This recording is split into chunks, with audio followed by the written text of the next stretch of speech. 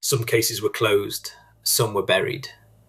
These are the dark files. On the morning of February 25th, 2005, police pulled over a grey Ford pickup truck on a quiet road near Wichita, Kansas. The driver was calm, cooperative. He handed over his license without hesitation. His name was Dennis Rader. 60 years old, married, father of two, president of his local church, a Cub Scout leader, a man his neighbours described as polite, reliable, ordinary. He was also the most wanted serial killer in American history. For 31 years, the BTK Killer had murdered 10 people, sent taunting letters to police, mocked the investigators who couldn't catch him, then vanished completely for 13 years, leaving detectives convinced he was either dead or in prison for something else. He wasn't. And what brought him down, after 3 decades of hunting, wasn't forensics. It wasn't a tip. It wasn't a witness. It was a floppy disk. To understand the mistake Dennis Rader made in 2005, you have to understand who he was in 1974. He was 28 years old. He had recently returned from a 4-year tour in the US Air Force.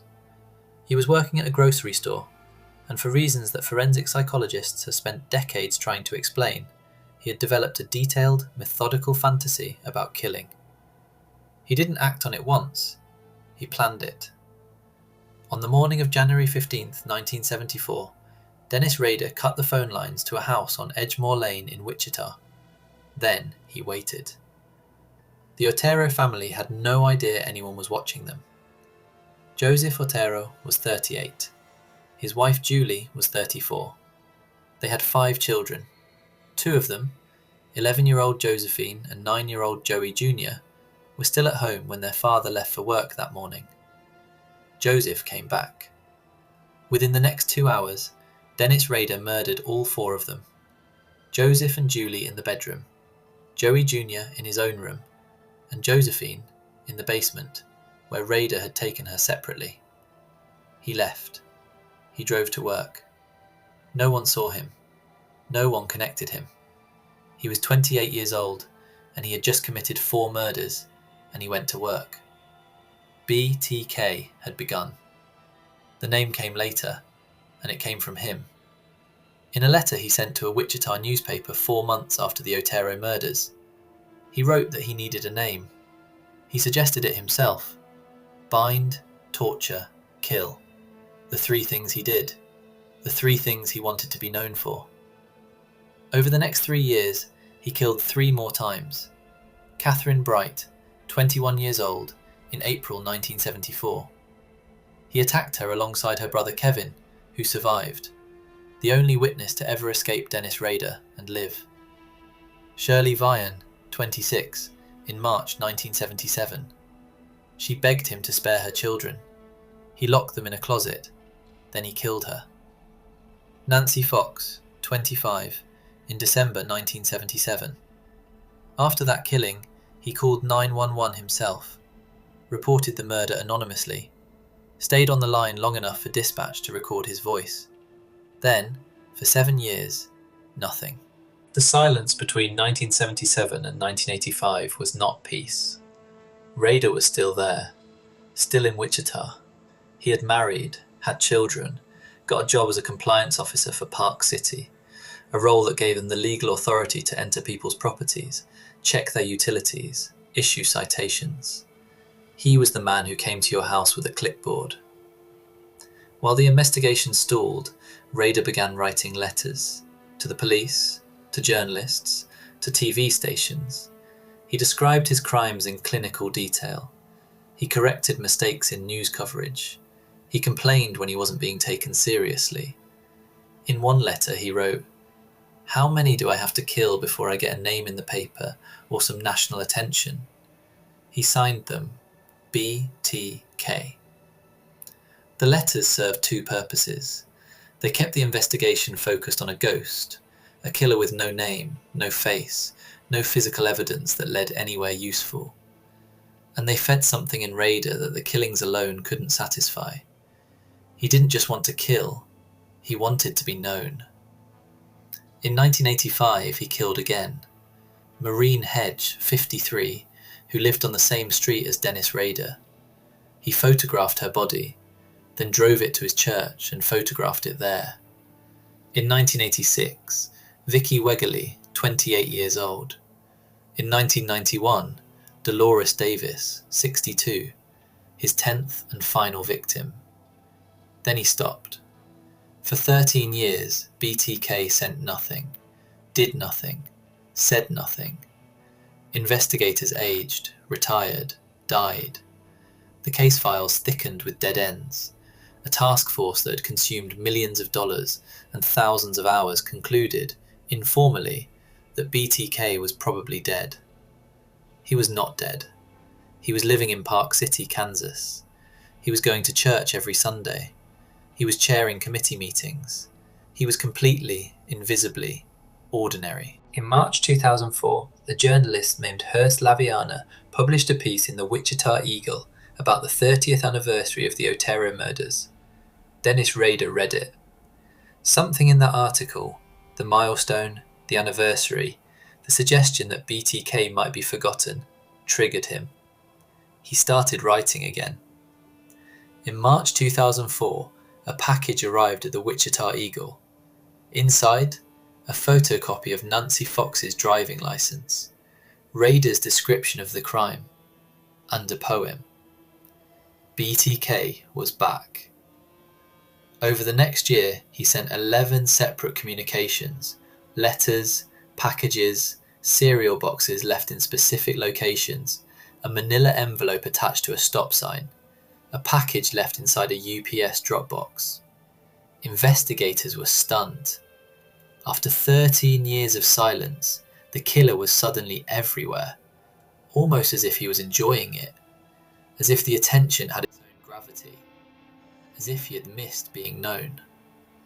In one communication, he asked investigators directly, "Can I communicate with floppy and not be traced to a computer?" A detective on the task force responded through a newspaper ad. They told him what he wanted to hear. "Rex, it will be okay."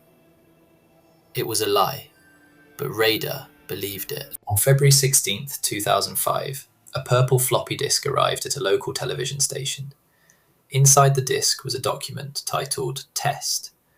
It contained more taunting messages from BTK.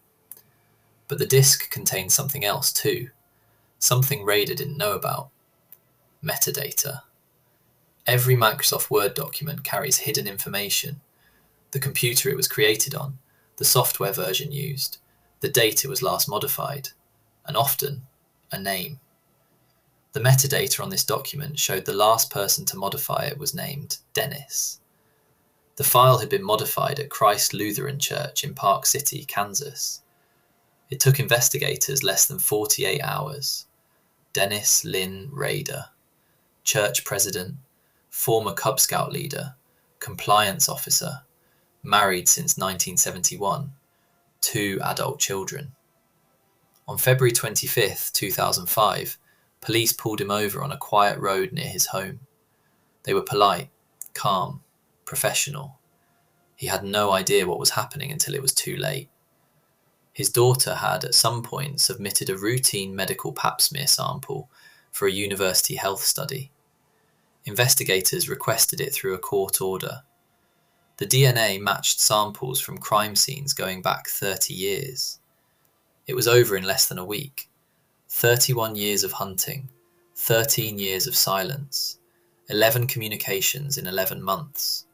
All of it, everything, undone by a single floppy disk.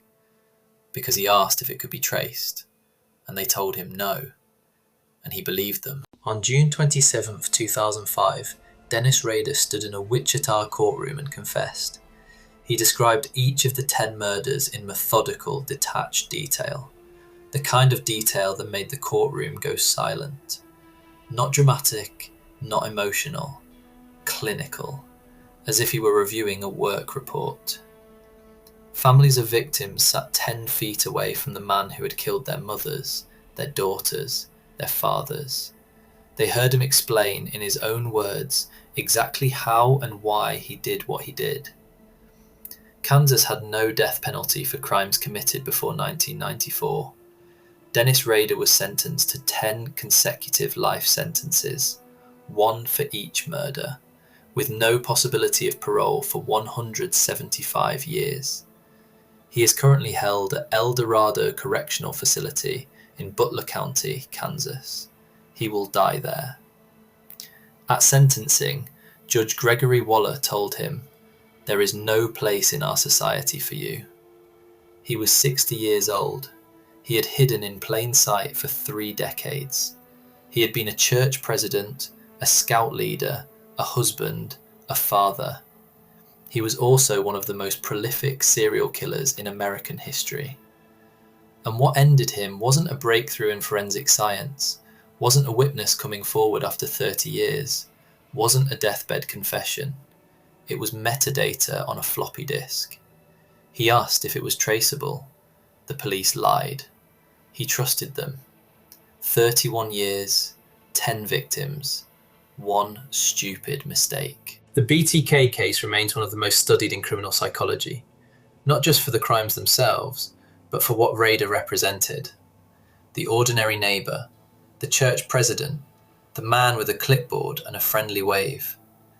The lesson investigators took from the case was a quiet one, that evil rarely announces itself, that the most dangerous people are often the most invisible, that 3 decades of hunting can end in an afternoon because a killer wanted to be remembered.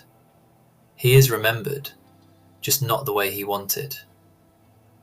This has been the Dark Files. If this case left you with questions, the next file is already open. Subscribe. New case every Friday.